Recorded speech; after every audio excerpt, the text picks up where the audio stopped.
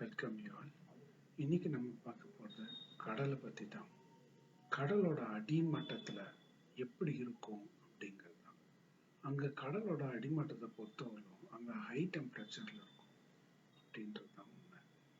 எப்படின்னா அங்கே கடலோட அடிமட்டத்தில் ப்ரெஷர் அதிகமாக இருக்கும்.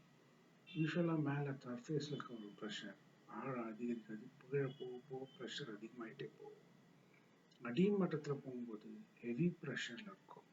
ஏன்னா தண்ணி எல்லாத்தையும் தாங்கணும் இல்லையா, அடிமட்டத்தில் எல்லா வெயிட்டையும் அடி தண்ணி தாங்கணும்.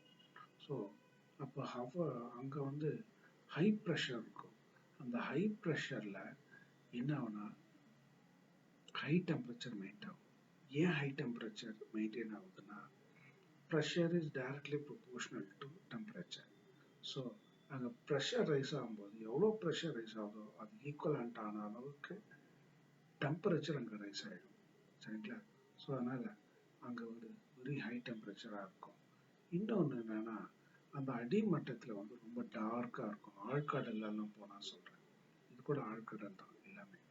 ஆழ்கடலில் தான் சொல்கிறது. ஆழ்கடலில் போனால் அடிமட்டத்தில் டார்க்காக இருக்கும். ஏன் டார்க்காக இருக்குன்னா மேலேருந்து வர சூரிய ஒளி மேலே பட்டுட்டு உள்ள ப்ரொஜெக்ட் ஆகி போக அது உள்ளே ஸ்கேட்டர் ஆகி இங்கேயே அழிஞ்சு போயிடும். அடிமட்டத்தில் போனாக்கா கடலோட அடி ஆழத்தில் எல்லாமே தண்ணி இருட்டாக இருக்கும். ஸோ அந்த இடத்துல கூட உயிரினங்கள் வாழ்ந்துன்னு கேள்விப்பட்டேன். ஸோ அதனால் அந்த இடத்துல ரொம்ப இருட்டாக இருக்கும்.